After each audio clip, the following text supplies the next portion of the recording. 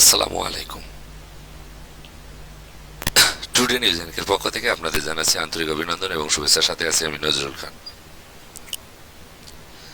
BBC বাংলায় আজকের প্রথম পেজের যে খবরটি হলপ করে বলা হয়েছে, মিঠুন চক্রবর্তী মুসলমান বিরোধী বক্তব্যের জেরে পুলিশের অভিযোগ দায়ের।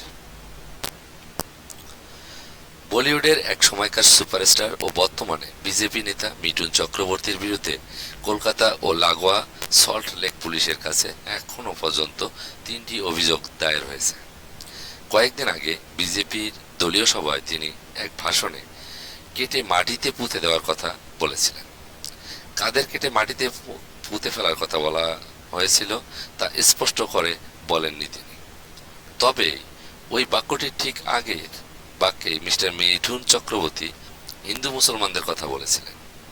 তৃণমূল কংগ্রেস বলছে এটি নিশ্চিতভাবে সংখ্যালঘু মুসলমানদের উদ্দেশ্য করে বলা এবং মানুষকে হত্যা ইন্ধন যোগানো। তবে বিজেপি বলছে লোকসভা নির্বাচনের আগে মুর্শিদাবাদ জেলার এক তৃণমূল নেতা হিন্দু মুসলমানদের সংখ্যার কথা টেনে এনে কেটে ভাগীরথীতে ভাসিয়ে দেবে এরকম মন্তব্য করেছিলেন। এখন মিঠুন চক্রবর্তী সেই কথার সূত্র ধরেই পাল্টা জবাব দিয়েছেন। তার ওই বক্তব্যকে বিজেপি ঘৃণা ভাষণ বলে মনে করেন না। বিজেপির রাজ্য সভাপতি সুকান্ত মজুমদার সহ দলটির শীর্ষস্থানীয় নেতাদের উপস্থিতিতে গত সপ্তাহে সদস্য সংগ্রহ অভিযানের অনুষ্ঠানে মিঠুন চক্রবর্তী ওই ভাষণ দিয়েছিলেন। মিঠুন চক্রবর্তীর ভাষণের বিরুদ্ধে সোমবার 2টি এফআইআর দায়ের হয়েছে, আর মঙ্গলবার কলকাতা একটি থানায় স্থানীয় বাসিন্দারা লিখিত অভিযোগ জমা দিয়েছে। কি বলেছিলেন মিঠুন? নিজের ভাষণে মিঠুন চক্রবর্তী বিগত লোকসভার নির্বাচনে পশ্চিমবঙ্গে দলের খারাপ ফলাফল নিয়ে বলতে শুরু করেছিলেন। এরপরে তিনি বলছেন যে 26শে গদি আমাদের হবে, যা কিছু করতে হোক বা তার জন্য আমরা করব। স্বরাষ্ট্রমন্ত্রীর সামনে বলেছি, যা কিছু করতে হোক, এই যা কিছু করার মধ্যে অনেক অর্থ লুকিয়ে থাকতে পারে।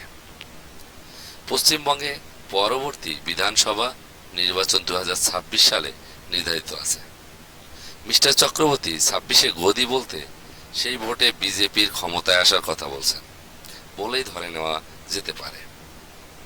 এরপরেই মিস্টার চক্রবর্তী কোনো প্রসঙ্গ বা কারণ নাম উল্লেখ না করেই বলতে থাকেন, দেখুন, আমাদের এখানে এক নেতা বললেন আমরা 70% মুসলমান, 30% হিন্দু, এদের কেটে ভাগীরথীতে ভাসিয়ে দিব। ভেবেছিলাম মুখ্যমন্ত্রী কিছু বলবেন যে এ ধরনের কথা বলো না। কেউ কিছু বলল না, কিন্তু আমি তো মুখ্যমন্ত্রী নই, আমি তো বলবই তুমি কেটে ভাগীরথীতে ফেলে দেবে, কিন্তু এমন একদিন তো আসবে যেদিন আমরা তোমাদের কেটে ভাগীরথীতে নয়, ভাগীরথী আমাদের মা, পুণ্য মা, তোমাদের মাটির ভেতরেই ফেলে দেব, বলছেন মিঠুন চক্রবর্তী।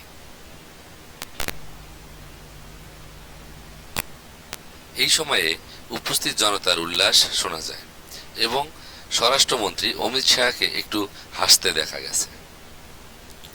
ভাষণের পরের অংশে মিস্টার চক্রবর্তী দলের প্রচারে তার অংশ নেওয়া, সদস্য সংগ্রহের লক্ষ্য স্থির করা ইত্যাদি বিষয়ে কথা বলছেন।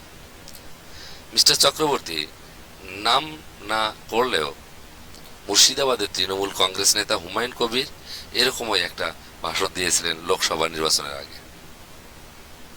বিজেপি দাবি করছে তখনই নির্বাচন কমিশনের কাছে বিষয়টি অভিযোগ আকারে জানানো হয়েছিল। এ তো সরাসরি হত্যার হুমকি।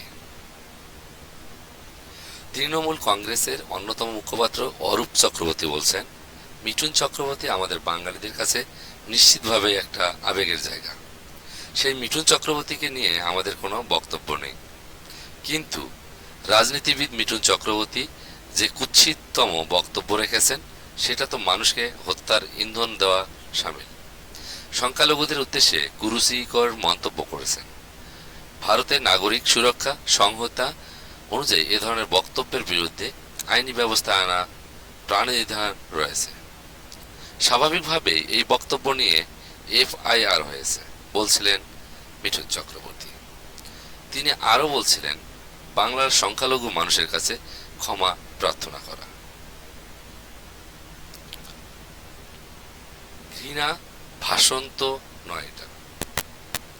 দলের নেতা ও অভিনেতা মিঠুন চক্রবর্তীর ভাষণকে অবশ্য ঘৃণামূলক ভাষণ বা উস্কানিমূলক ভাষণ বলে মনে করেন না বিজেপি।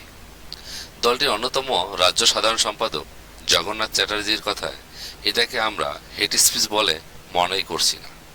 যে রাজ্যে ভোটে কোনো একটি দল পরাজিত হওয়ার পরে বিরোধী দলের 51 জনকে খুন করা হয়, সেই দলের সদস্য সমর্থকদের মনোবল বাড়ানোর জন্য যা বলা উচিত মিঠুন চক্রবর্তী ঠিক তাই বলেছেন। তার কথার আসল অর্থ হলো রাজ্যের এই অশুভ শক্তিকে পরাজিত করতেই হবে। তার বিরুদ্ধে যতই FIR করা হোক না কেন আমরাও আইনের দ্বারস্থ হব। দল মিঠুন চক্রবর্তীর ওই বক্তব্যকে 100% সমর্থন করে। নিচুতলার কর্মীদের মনোবল বাড়ানোর জন্য, লড়াইয়ের ময়দানে নামার জন্য তিনি বলছেন বুক চিতিয়ে লড়তে হবে, গুলি খেতে হবে, তারপরেও এই সরকারকে হারাতে হবে, বলছিলেন মিস্টার চ্যাটার্জি। তিনি প্রশ্ন তুলছিলেন যে মিঠুন চক্রবর্তীর ভাষণ যদি কথা হয় তাহলে হুমায়ুন কবির ভোটের আগে যে কথা বলছিলেন সেটা কেন ঘৃণামূলক ভাষণ হবে না? মিঠুন চক্রবর্তীর ভাষণ তো সেই বক্তব্যের প্রতিক্রিয়া, বলছিলেন জগন্নাথ চ্যাটার্জি। তৃণমূল কংগ্রেস নেতা হুমায়ুন কবিরের সেই ভাষণ নিয়ে নির্বাচন কমিশন তাকে কারণ দর্শানোর নোটিশও দিয়েছিলেন।